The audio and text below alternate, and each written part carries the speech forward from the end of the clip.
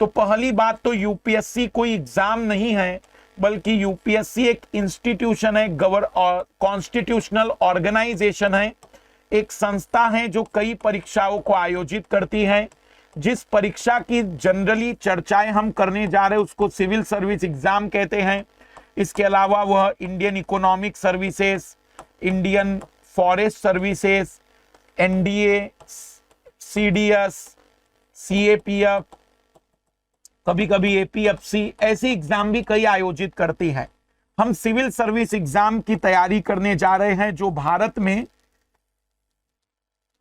जानी जाती हैं सबसे बड़े पदों की भर्ती के लिए। इंडियन एडमिनिस्ट्रेटिव सर्विसेज आईएएस की भर्ती के लिए यह एग्जाम होती है, जिसमें सबसे बड़ा पद जनरली कलेक्टर के नाम से जाना जाता है।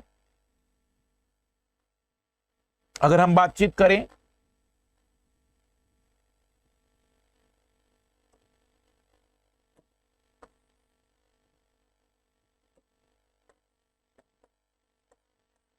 सबसे बड़ा पद कलेक्टर के नाम से जाना जाता है, फिर आईपीएस, फिर IFS, IRS, IRTS.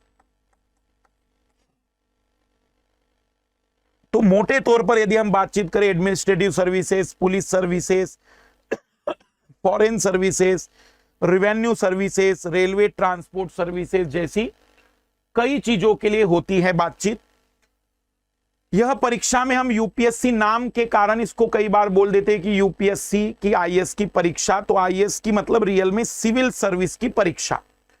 Civil service की ये जो परीक्षा होती है हर साल प्रत्येक वर्ष होती है। इस परीक्षा में कुल 3 स्टेजेस होते हैं।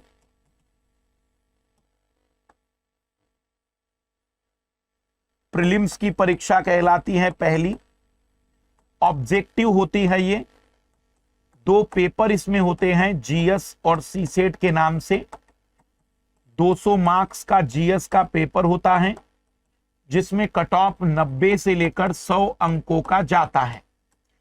इसमें कई सारे विषय हम देखेंगे। दूसरा होता है सीसेट, ये 200 मार्क्स का पेपर होता है।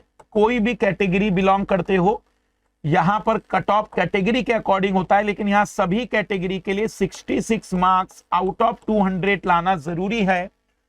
अगर आपके यहां पर 200 भी आ गए तो उससे कुछ प्रभाव नहीं पड़ेगा, लेकिन यहां पर अगर 65 आ गए तो आपका पेपर चेक होने के बाद डिक्लेयर कर दिया जाएगा कि आप डिस्क्वालिफाइड है। इसलिए इसको क्वालिफाइंग पेपर कहते हैं। आपकी कोई भी कैटेगरी हो, आपको इतने नंबर लाने हैं, लेकिन यहां कट ऑफ कैटेगरी पर डिपेंड करता है। यदि आप कैटेगरी वाइज देखना चाहें तो जनरल कैटेगरी का जो कट ऑफ होता है वो लगभग 90 से 100 के आसपास। ओबीसी का कट ऑफ और आजकल जो इकोनॉमिकल बैकवर्ड क्लास है उसका कट ऑफ 80 से 90 नंबर का होता है। एससी का कट ऑफ हम कहेंगे कि लगभग 75 से 80 के बीच में होता है। एसटी का कट ऑफ लगभग आप मान के चलिए 70 से 80 के बीच में होता है।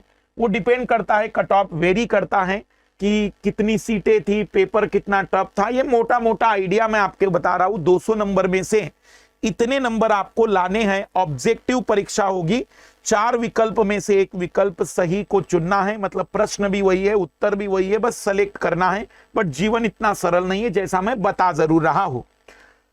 फिर दूसरा एग्जाम हमारा होता है मेंस का।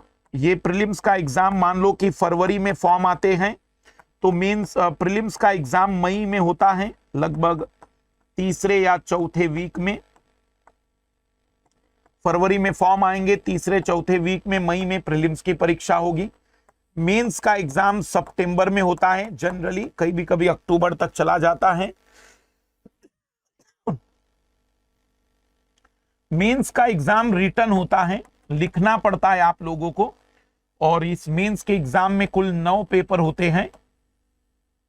मैं 9 पेपर का भी वर्णन करता हूं और फिर आपको कुछ टॉप रिजल्ट भी दिखा देता हूं कि 9 पेपर में कितने नंबर आ पाते हैं। फिर इंटरव्यू आपका जो होता है वो आधे घंटे का होता है।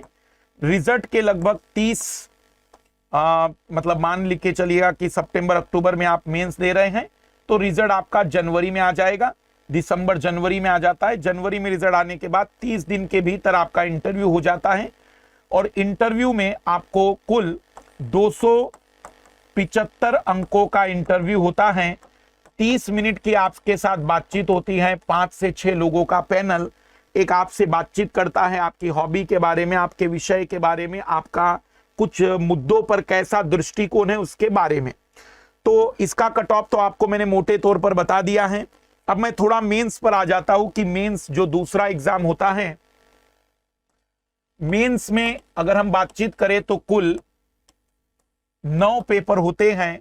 4 पेपर जीएस के होते हैं, जनरल स्टडी के, 250 नंबर के, जिसको हम कह सकते हैं कि 4 पेपर 250 नंबर के, कुल 1000 नंबर का यह पेपर होता है। 2 पेपर ऑप्शनल के होते हैं। ऑप्शनल मतलब आपको कोई एक वैकल्पिक विषय चुनना पड़ता है, यूपीएससी विकल्प देती है उनमें से। यहां बस थोड़ी सी सावधानी बता दूं कि ऑप्शनल का मतलब इस बारे में तय नहीं होता कि आपने ग्रेजुएशन किसमें किया था, बल्कि ऑप्शनल का पेपर इस बात पर तय होता है कि आपने क्या यूपीएससी के फॉर्म भरते समय ऑप्शनल चुना था। तो फॉर्म भरते समय चुनना होता है, आप कोई भी चुन सकते, कोई भी। आपने भली हिस्ट्री में बीए किया हो, पर आपको अगर यूपीएससी में मैथमेटिक्स ऑप्शनल लेना हो तो आप ले सकते हैं। वो बात अलग है कि लोग लेते नहीं, क्योंकि यूपीएससी में वही ऑप्शनल चुना जाता है जनरली जिसको यूपीएससी के विद्यार्थी तैयारी करके पूरा करते हैं। तो यदि मोटे तौर पर बात करें तो वैकल्पिक प्रश्न 250 नंबर के 2 होंगे, मतलब 500 नंबर का होता है। और एक निबंध का पेपर होता है जिसमें 2 निबंध लिखने होते हैं, 125 नंबर के 2 निबंध एक ही पेपर में। 250 नंबर का ये पेपर होता है। तो 4, 2, 6 और एक साथ एक ही पेपर होता है ये।